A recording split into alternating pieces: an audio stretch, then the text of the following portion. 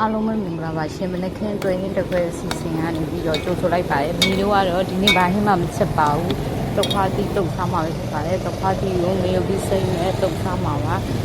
ငရုတ်လိုအပ်တဲ့ပစ္စည်းတွေကတော့ငရုတ်ပြီးစိမ့်ပစုံနဲ့ပြီး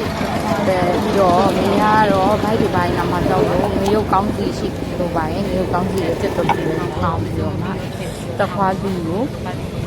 ရေစင်အောင်စိတ်ထားပြီးတော့အတမြန်တိချင်းလေးစားခြင်းတမြန်တိတဲ့လူပါလေရှင်အဲဟောင်းမှစစ်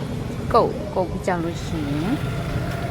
တခွားဒီစင်တင်ထောင်းထားတဲ့ဟာလေးထည့်မယ်တမြန်ချင်းဆက်စားခြင်းနဲ့ပဲတမြန်တိကိုညာလေးညှစ်ပြီးထည့်လိုက်ပါမယ်အဲဆိုချင်းဆက်နဲ့ရတာရှိတယ်တခွားဒီကုတ်လေးရပါရှင်ဒီလိုဒီနေ့ကတော့မို့ဒီနေ့အဲဒီပဲစစ်စားမှဖြစ်အဲ့ဒါလည်းပဲတခွားဒီလေးပဲတုတ်စားမှပါတယ်အားလုံးနဲ့အဆင်ပြေကြပါစေရှင်ရှာဒီနေ့တမြောက်ဒီနေ့ကျွန်မအမေကအရင်ကြိုက်တယ်စားချစ်ဆက်လေးအရင်ကောင်းတာပဲအရင်ကြိုက်တယ်ခွာပြီးလေးပါရှင်အရင်ကြိုက်ပါဟဲ့အားလုံးပဲအဆင်ပြေကြပါစေခုနေ့သားသမီးပေါင်းစိတ်ချမ်းသာကိုကြမှာ